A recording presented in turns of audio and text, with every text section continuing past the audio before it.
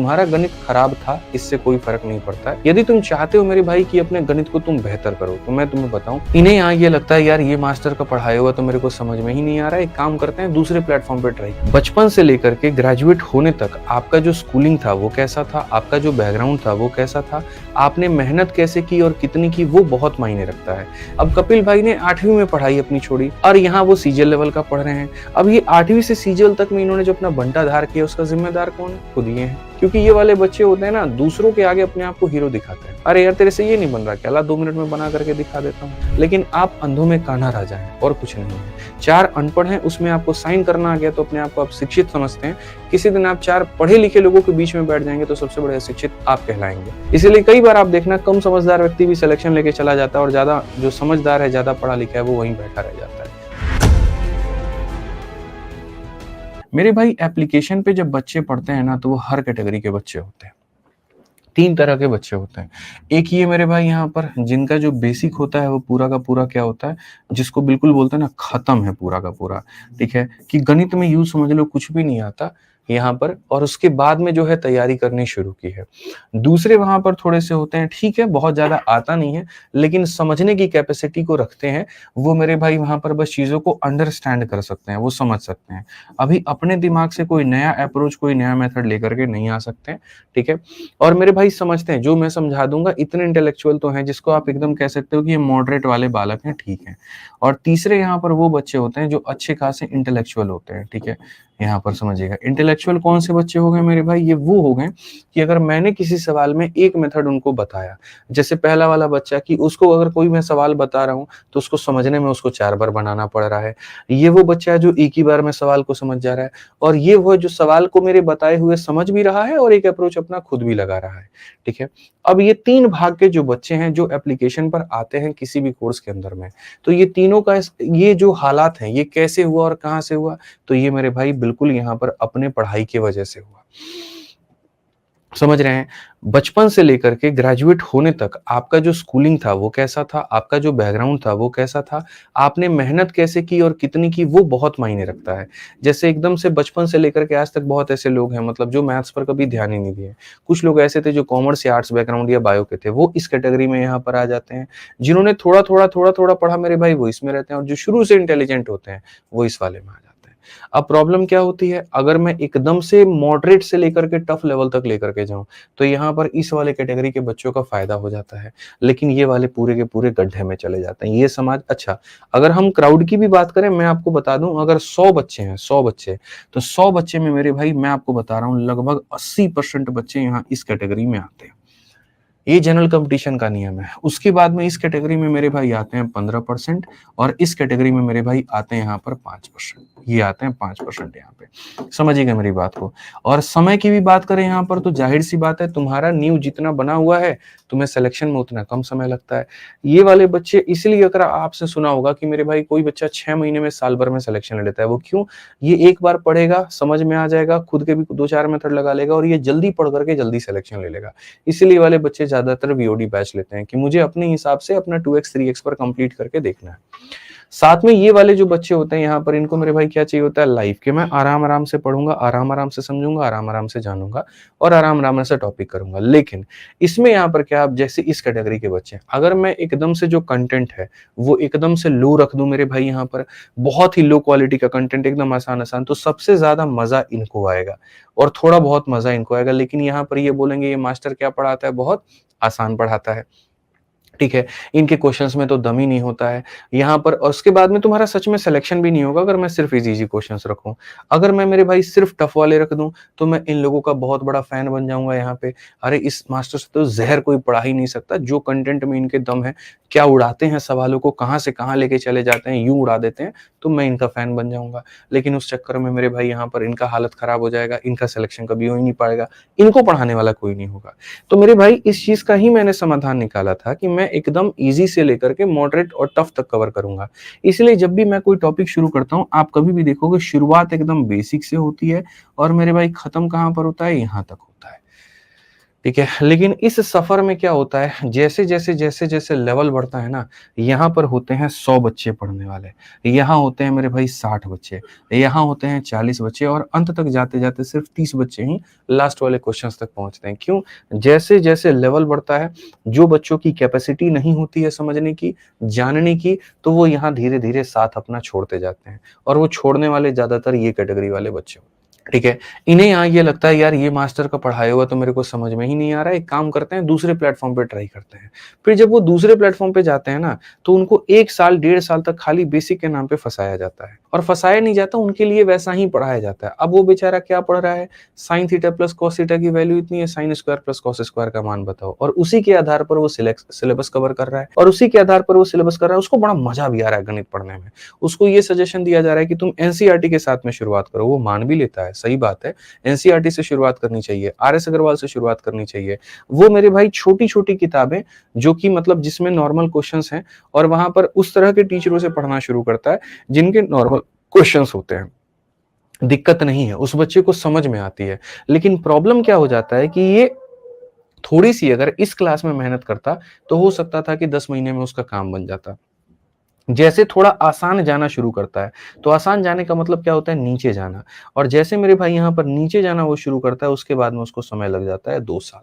उसको समय मेरे भाई यहाँ लग जाता है 2 साल मतलब 1 से लेकर के 2 साल। जैसे कपिल शर्मा कह रहे हैं, कुछ भी समझ में नहीं आ रहा है। क्लास 8 तक सब समझ में आ रहा था बट अब कुछ भी नहीं आ रहा है। अब बताओ, अब कपिल भाई ने 8वीं में पढ़ाई अपनी छोड़ी और यहाँ वो सीजीएल लेवल का पढ़ रहे हैं। अब ये 8वीं से सीजीएल तक में इन्होंने जो अपना बंटाधार किया, उसका ज़िम्मेदार कौन है? खुद ये हैं। इनकी स्कूलिंग है, इनके अपने लक्षण हैं, ठीक है? अब वहाँ पर आकर के सारी एक्सपेक्टेशन हमसे रखते हैं कि हम इनको सारा कुछ बताएँ। तो कपिल भाई तुम्हारे लिए ही है, पहले यहाँ पर फ़ोकस कर लो। अब इन बच्चों को लगता है एक बार और रिपीट करिए, इसका एक बार बेसिक बता दीजिए, इसका एक बार ये बता दीजिए, वो बता दीजिए, ये बता दीजिए। तो मैं आपको सबसे पहले इस कैटेगरी वाले बच्चों को एक जो है सबसे पहले एक छोटी-सी बात समझाना चाहता हूँ और वो यहाँ पर क्या है, देखो तुम्हारा गणित खराब था, इससे कोई फ़र्क नहीं पड़ता है।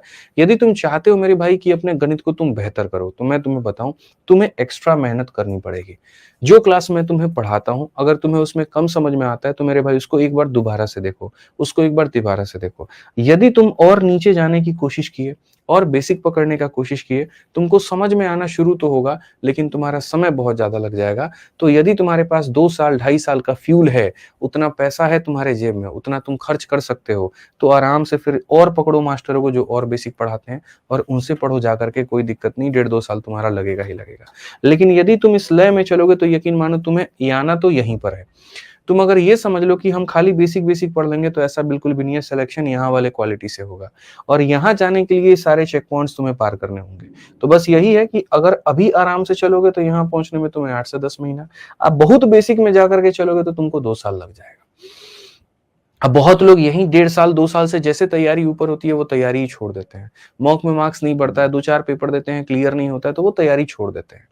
तो वो तैयारी ना छोड़ो, इसीलिए मैंने चैंपियंस बैच को इस तरीके से डेवलप किया है कि 10 महीनों के अंदर में यहाँ से मैं यहाँ तक पहुँचा सकता हूँ। अब ये वाले कैटेगरी वाले बच्चे जिनका थोड़ा बेसिक खराब है, मैं उनको हमेशा रिकमेंड करता हूँ सारी क्लासेस को देखो। बिना क्लास नंबर 4 के देखे क्लास नंबर 5 में मत कूदो। अगर तुमने आज ही बैच परचेज़ किया है, फ़र्क नहीं पड़ता। ये नहीं कि क्लास नंबर 5 लाइव चल रही है तो हम कूद के देख लिए। पहले क्लास नंबर 1 देखो, क्लास नंबर 2 देखो, क्लास नंबर 3 देखो, क्लास नंबर 4 देखो, इस तरीके से करके आओ। गारंटी कहता हूँ समझ में आएगा। अभी एडवांस का टॉपिक करा रहा हूँ, जैसे अरिथमेटिक में एक नया टॉपिक के साथ में शुरुआत करूँगा, फिर देखना वहाँ समझ कितनी बनेगी। ठीक है? तो ये धीरे-धीरे, धीरे-धीरे टाइमिंग होगा। कुछ मतलब वक़्त दो अपने आप को। जो चीज़ तुमने आज तक जीवन में नहीं पढ़ा, साइन थीटा, कॉस थीटा, इतनी सारी चीज़ों के ऊपर में इतनी मेहनत नहीं की। यकीन मानो जब वो पहली बार आ रही हैं, तो कुछ सवाल तुम्हें समझ में आएगा, कुछ थोड़ा-सा दिक्कत देगा। लेकिन बार-बार के अभ्यास से, बार-बार की पढ़ाई से मेरे भाई हो जाएगा और प्लेटफ़ॉर्म बिल्कुल भी गलत नहीं है, सही चुना है, थोड़ी तुम्हें मेहनत करनी पड़ेगी। मॉडरेट वालों को मैं यहाँ पर क्या कहता हूँ, अगर मेरे पढ़ाने के बाद में तुमको समझ में आ जाता है, तो तुम भी यहाँ पर वो गलती मत करना है। ऐसा नहीं कि तुम मॉडरेट के कैटेगरी में हो तो तुम्हारा सिलेक्शन गारंटेड है। इसमें जो बच्चे होते हैं ना, उनको थोड़ी-सी ओवर स्मार्टनेस वाली बीमारी लग जाती है। उनको लगता है टीचर का पढ़ाया हुआ समझ में आ रहा है, दिक्कत क्या है? तो वो मेहनत करना कम कर देते हैं, ठीक है? वो मैं जितना पढ़ाऊँगा बस उतना ही पढ़ेंगे, लेकिन एक्स्ट्रा प्रैक्टिस नहीं करेंगे प्रीवियस ईयर की किताबों के साथ में।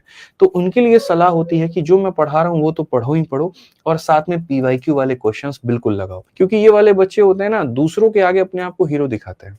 अरे यार तेरे से ये नहीं बन रहा क्या, ला 2 मिनट में बना करके दिखा देता हूँ। और उस चक्कर में क्या होता है, ये हमेशा इस गुमान में जीते हैं कि यार बाकी लोगों की तुलना में तो मैं बेहतर हूँ। लेकिन आप अंधों में कान्हा राजा हैं और कुछ नहीं है। 4 अनपढ़ हैं, उसमें आपको साइन करना आ गया तो अपने आप को आप शिक्षित समझते हैं। किसी दिन आप 4 पढ़े लिखे लोगों के बीच में बैठ जाएँगे तो सबसे बड़े शिक्षित आप कहलाएँगे। जहाँ पर वो किसी और भाषा में, इंग्लिश में या किसी तरीके से बात करेंगे, आपको लगेगा यार ये हम कहाँ पर आ गए। तो समझिए जो कॉम्पिटिशन है वो आपके लाइब्रेरी में नहीं है, पूरे भारत में है। तो आपको अपने लाइब्रेरी के, अपने पिंड के, अपने क्षेत्र के बच्चों से कम्पीट नहीं करना है, पूरे भारत के बच्चों के साथ में करना है। तो इसीलिए आपको अपनी मेहनत बड़ी करनी पड़ेगी। और जो तीसरे वाले कैटेगरी वाले स्टूडेंट्स हैं, इनको तो मैं, मेरा सेम सजेशन इस वाले कैटेगरी वाले को रहेगा कि भैया इसमें भी तुम अपनी मेहनत को डबल करो और अच्छे क्वेश्चंस की यहाँ पर आदत लगाओ। इसीलिए आप देखोगे चाहे चैंपियंस बैच होगा या वीओडी बैच होगा, मैं एक प्रो लेवल की शीट देता हूँ। प्रो लेवल की शीट ज्यादातर इन 2 कैटेगरी के बच्चों के लिए नहीं होती है, वो इनके लिए होती है कि जब तुम्हें मेरा पढ़ाया समझ में आ रहा है, जब तुम्हें क्वेश्चंस बन रहे हैं, जब तुम्हारे पास में खुद की भी सोचने समझने की ताकत है, तो तुम फिर भाई बेसिक में मत खेलो फिर वहां पर। जैसे मैंने क्लासरूम शीट दी उसको लगाओ और फिर उसके बाद में प्रो लेवल की शीट लगाओ। तो एप्लीकेशन को मैंने डिजाइन ही इसी तरीके से किया है कि हर वर्ग के बच्चों को वहां पर पूरी तरीके से लाभ पहुंचाया जा सके और हर मोड़ पर पहुंचाया जा सके। अब वो डिपेंड करता है मेरे भाई यहाँ पर कि आप किस तरीके से बेनिफिट उठाना चाहते हो। ये वाले बच्चों को सिर्फ क्या करना है, जो मैंने पढ़ाया मेरे भाई वहां पर, आप चाहो तो क्लास को लाइव भी अटेंड कर लो और आप चाहो तो यहाँ रिकॉर्डेड भी बाद में जब वो आती है तो उसको देख लो, ठीक है। उसके बाद में पढ़ने के बाद में सारा का सारा मेरे भाई वहां पर जो है वो पूरा पूरा प्रैक्टिस कर लो। इनको अगर कोई चीज गिरा सकती है ना तो वो सिर्फ और सिर्फ एक चीज है, और वो चीज है मेरे भाई यहाँ पर क्या है, तो आलस। इनको इसके अलावा गिराने वाला धरती पर कोई दूसरा पैदा ही नहीं हुआ। अगर इनके अंदर में लेथार्जिकपन आ गया, अगर इनके अंदर में थोड़ा सा लेजीनेस आ गया वहां पर कि अरे छोड़ना बाद में वीडियो को देख लेंगे, अरे बाद में प्रैक्टिस कर लेंगे, तो उसी दिन ये खत्म हो जाएंगे, चाहे कितने भी बड़े विद्वान क्यों ना हो। इसीलिए कई बार आप देखना कम समझदार व्यक्ति भी सिलेक्शन लेके चला जाता है और ज्यादा जो समझदार है, ज्यादा पढ़ा लिखा है, वो वहीं बैठा रह जाता है। सिर्फ इसी वजह से कि इनके अंदर में आलस है, और दूसरी जो बीमारी है वो यहाँ पर यह है कि इनके अंदर में कोई भी डिसिप्लिन नहीं है। नया तैयारी करने वाला बच्चा ज्यादा डिसिप्लिन्ड नजर आता है, वो एकदम टाइम टेबल बना करके पढ़ता है, लेकिन जो तैयारी 1-1.5 साल कर चुका है उसके अंदर में डिसिप्लिन की पूरी पूरी कमी आ जाती है, वो करता ही नहीं है डिसिप्लिन वे में, ठीक है। तो ये सुधार लिया, इसको दूर कर दिया वहां पर, तो तुम्हारा सिलेक्शन दुनिया में कोई ताकत नहीं रोक पाएगा। इस बात को यहाँ पर ध्यान दो, ठीक है। तो मेरे भाई यहाँ पर ये सारी चीजें एप्लीकेशन में उसी तरीके से चैंपियंस बैच में डिजाइंड है। तो आप अगर उसमें इनरोल्ड हैं तो बढ़िया है, खुशकिस्मती है। इसी तरीके से पढ़िए, हर क्लास को सीरियसली लीजिए, हर क्लास के कंटेंट को बढ़िया से फॉलो करिए। यकीन मानिए किसी भी एग्जाम के मेरे भाई यहाँ पर पेपर के लिए क्वालिफाई नहीं, सिर्फ उसमें रैंक तक दिलाने की जिम्मेदारी आपका ये बैच रखता है। बस उसको इस्तेमाल आप कैसे करते हैं वो आपके ऊपर में होता है। हर दिन इसके ऊपर में चर्चाएं आप कमेंट बॉक्स में करते हैं, तो मैंने कहा आज वक्त लेकर के तरीके से मैं आपको ये सारी बातें बता दूं, ठीक है। यहाँ पर अब आप समझिए, ठीक है। सारी चीजें मैंने ब्लूप्रिंट पहले से बना करके रखी हुई है। ये कहता है बच्चा आपका दिमाग इतना तेज कैसे है, क्या करूं, तुम जिस मोड़ पर हो ना उस मोड़ से गुजर करके मैं आ चुका हूं। जब मैंने भी शुरुआत किया था तो मैं यहाँ पर था, फिर उसके बाद कुछ महीनों बाद यहाँ पर आया, फिर उसके बाद कुछ महीनों पर आया है। तो यहाँ वाला जब मेरे साथ दिक्कत आती थी वो मैंने नोट की, उसका समाधान मैंने तुम लोगों के लिए निकाला। यहाँ के फेज में जब मैं था, जो मुझे दिक्कतें आई थी उसका समाधान मैंने निकाला, और यहाँ पर जो मुझे दिक्कतें आई थी और मुझे लगा ये होना चाहिए उसका समाधान निकाल करके तब पूरा पूरा हमने डिजाइन किया।